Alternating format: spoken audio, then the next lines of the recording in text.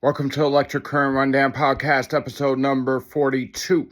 And I'm your host, Phil Defiance, and I'll always say I'm here to encourage the spread of intriguing knowledge that can spark fires in the minds of those seeking inspiration and truly improving the world. And what I'm going to be talking about in this episode includes a continuation of where I left off on the topic of the anatomy of charisma based on an article I read. And then also I'm going to be talking about the best books of 2025, a preview, and my thoughts, also based on an article I read.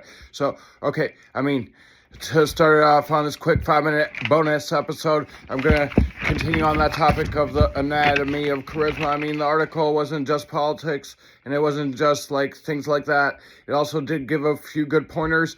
It's true, charisma can be a good thing. The funny thing is that the article in general was like talking about it from the perspective of like people in power, like people that want to get power or people that already have power, like political people, like politicians, and even religious leaders, and it was like framing it in a bad way. But either way, charisma can be beneficial to anybody. It doesn't have to, you don't gotta be in politics, and you don't even gotta have a business.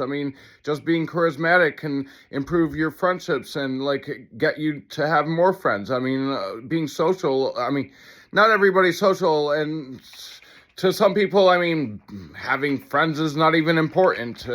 There's people that are called introverts, so I understand that too at the same time, but a lot of people are extroverts, or they are to a degree. And having friends is like an important thing for a lot of people, so being charismatic is actually a good thing. So, but either way, things included like being, getting to emotional levels,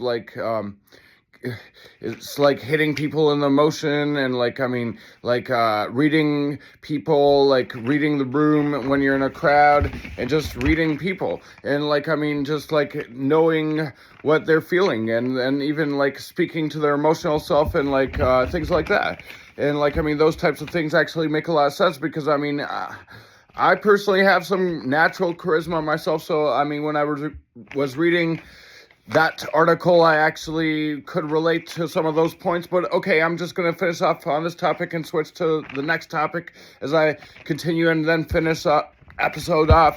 And before that, I'm going to go on this quick break. And on this break, I'm going to say everybody likes really good designs, as well as knowing their online order will come quickly. Go to planebold.com to get designs you desire. Your order will come quick, like you expect. And while you want quick delivery, you'll have patience for your order, because when it does come, you're going to love that clothing item that you bought, or those clothing items that you bought. Just go to planebold.com. But either way, it's funny though that they framed it in a political sense. Why does everything have to be connected to politics? And at the same time too, it was like obviously the article writer was like connecting it to Donald Trump, even though he didn't mention him by name, but he even mentioned Barack Obama, who also was charismatic. Obviously, because that's how he won election twice. So either way, yes. But he was talking positively about Barack Obama. Well, okay, I wouldn't say Obama was my favorite president, but I have to admit that he was charismatic. And in 2008, I was a supporter of him, but then I switched sides and became a Republican or conservative. But either way, I'll have to admit, in 2008, I totally saw the charisma coming out of Obama, and I actually was inspired at the time.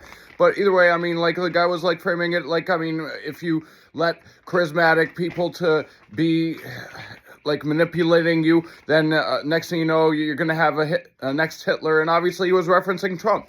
And that's just nonsense. So many of these articles, they gotta sneak in politics into it. Why can't they just write an article about a specific topic and just stick to that topic? Why do you gotta put politics into everything? It's ridiculous. And plus, another thing is that Trump is nothing like Hitler, so it's ridiculous that people are making those types of connotations.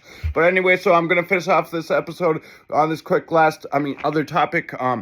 And on this topic, I'm going to talk about the best books of 2025, a preview and my thoughts based on a New York Times article. And it's ridiculous, though, I'll have to say. There's other points that I'm going to say in the next episode. But the first thing that I want to say is that, a few of those books that they were showcasing was written by transvestite authors, And if not the author, then the actual content of the book involved a character that was like a main character that was transvestite or gay. It's like ridiculous. So, it's like just absurd, because society is like only a small percentage of society is really like a part of LGBT. And then like big like names like the New York Times has to like showcase and spotlight like books made by or made with characters that are a part of this LGBT type stuff. It's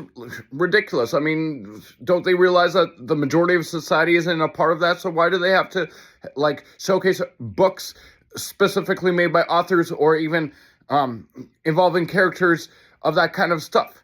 But okay, I'm going to continue on that topic, and that's not the only thing I have to say. I will say a few other angles too, so stay tuned for that in my next episode. And that's the end of this episode number 42, with me, your host, Phil Defiance. And I'll always say that I'm here to encourage the spread of intriguing knowledge that can spark fires in the minds of those seeking inspiration and truly improving the world.